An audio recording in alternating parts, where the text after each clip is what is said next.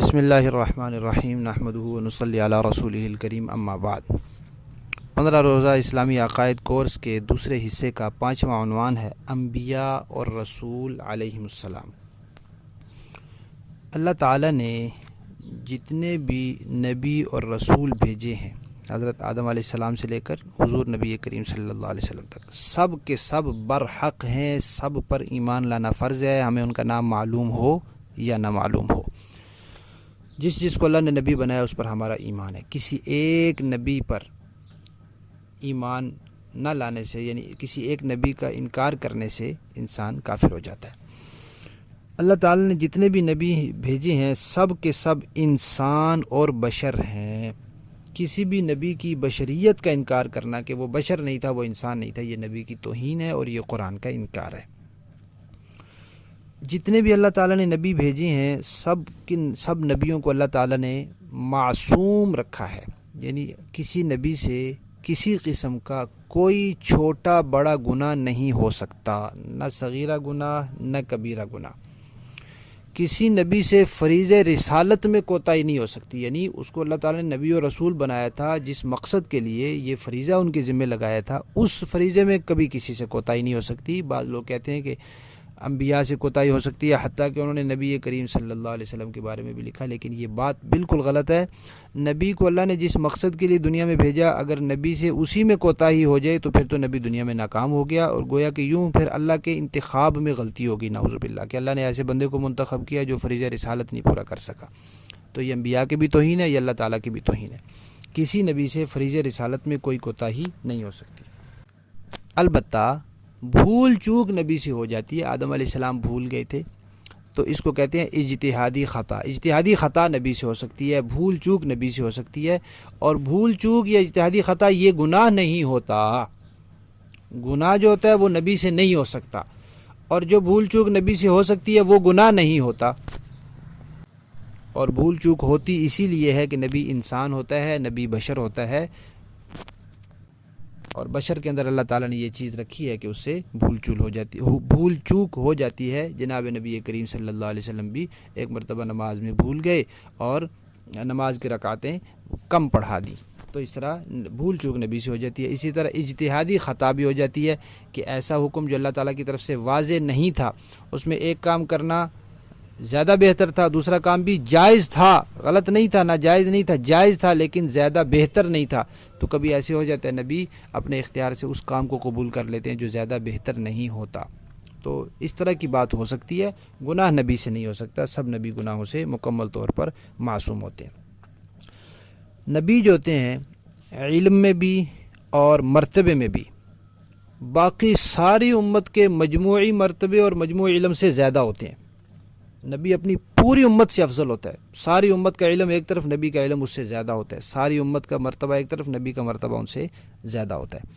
اللہ تعالیٰ کے بعد مخلوق میں سب سے افضل حضور نبی کریم صلی اللہ تعالیٰ علیہ وسلم ہیں، اور آپ سب نبیوں کے سردار ہیں۔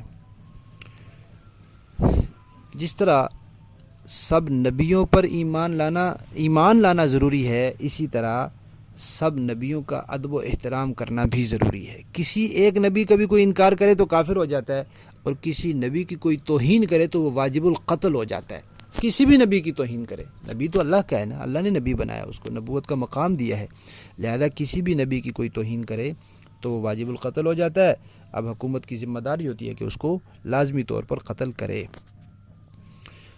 نبی کی جب دنیا میں زندگی کا وقت پورا ہو جاتا ہے اور وہ اس دنیا سے پردہ فرما جاتے ہیں، تو اس کے بعد بھی وہ نبی اور رسول رہتے ہیں۔ یہ نہیں کہ جب نبوت ختم تو پھر جب زندگی ختم تو نبوت بھی ختم، ایسے نہیں ہے۔ اللہ تعالیٰ جب کسی کو نبی بناتے ہیں تو پھر ان سے نبوت واپس نہیں لیتے، وفات کے بعد بھی سب اسی طرح نبی ہیں جیسے پہلے تھے۔ حضرت آدم علیہ السلام اب بھی نبی ہیں، ابراہیم علیہ السلام اب بھی نبی ہیں۔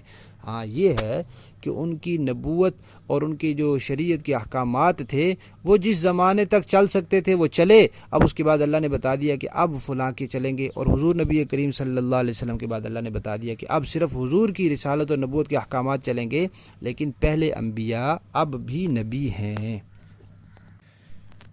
سب نبیوں کا دین ایک ہے، یعنی جو دین کے جو عقائد ہوتے ہیں بنیادی، وہ سب کے ایک رہے ہیں۔ شریعت احکامات، نماز پڑھنے کا طریقہ، نمازوں کی تعداد، روزے کا طریقہ، روزوں کی تعداد، یہ جو شرعی احکامات ہیں یہ تو جدا جدا رہے ہیں، لیکن دین سب نبیوں کا ایک ہی رہا ہے۔ نبیوں کے اللہ تعالیٰ نے آپس میں درجات رکھے ہیں، قرآن پاک میں اللہ تعالیٰ نے فرمایا ہے، تو بعض نبیوں کو اللہ تعالیٰ نے بعض نبیوں پر برتری اور فضیلت دی ہے، لیکن اس سے کسی نبی کی تنقیص نہیں لازم آتی۔ اللہ تعالیٰ نے کسی کو زیادہ مرتبہ دیا ہے، کسی کو اس زیادہ سے کم دیا ہے، لیکن باقی ساری امت سے بہرحال نبیوں کا مرتبہ زیادہ ہے۔ انبیاء کا تذکرہ کرنا خیر و برکت کا باعث ہے، ثواب کا کام ہے، خصوصاً نبی کریم صلی اللہ علیہ وسلم کے حالات کا تذکرہ کرنا، آپ کی زندگی کا تذکرہ کرنا، آپ کی ولادت کا تذکرہ کرنا، آپ کی سیرت طیبہ کے کسی بھی پہلو کا تذکرہ کرنا، یہ اعلیٰ درجے کا مستحب ہے اور بڑی عبادت ہے اور ثواب ہے، اور اللہ تعالیٰ کی طرف سے رحمت اور برکت نازل ہوتی ہے۔ انبیاء کی نیند ایسی ہوتی ہے کہ ان کی آنکھیں تو سو جاتی ہیں لیکن ان کا دل نہیں سوتا، اس لیے ان کی نیند سے ان کا وضو بھی نہیں ٹوٹتا۔ اور انبیاء کا جو خواب ہے وہ وحی کے حکم میں ہوتا ہے۔ سورہ نحل کی آیت نمبر 36 میں اللہ تعالیٰ فرماتے ہیں وَلَقَدْ بَعَثْنَا فِي كُلِّ أُمَّةٍ رَسُولًا، ہر امت میں ہم نے ایک رسول بھیجا ہے۔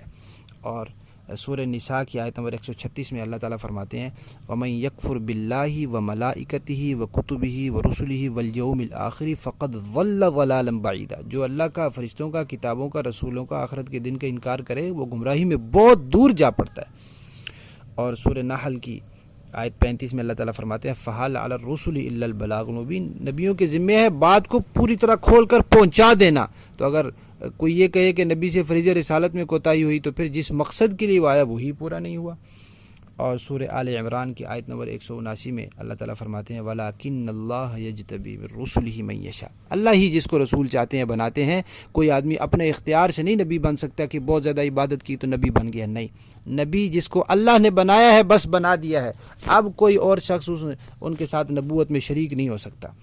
اور اللہ تعالیٰ فرماتے ہیں، حضور کو فرماتے ہیں وَمَا أَرْسَلْنَاكَ إِلَّا كَافَّةً لِلنَّاسِ بَشِيرًا وَنَذِيرًا، سورہ سبا کی آیت نمبر 28 ہے کہ حضور نے، اللہ تعالیٰ نے نبی کریم صلی اللہ علیہ وسلم کو پوری انسانیت کے لیے بشیر اور نذیر بنا کر بھیجا، لہذا آپ پوری کائنات کے نبی ہیں اور آپ کی نبوت قیامت تک کے لیے ہے، اور آپ کے جو احکامات ہیں، آپ کا دین ہے، یہ پوری دنیا کے لیے ہے۔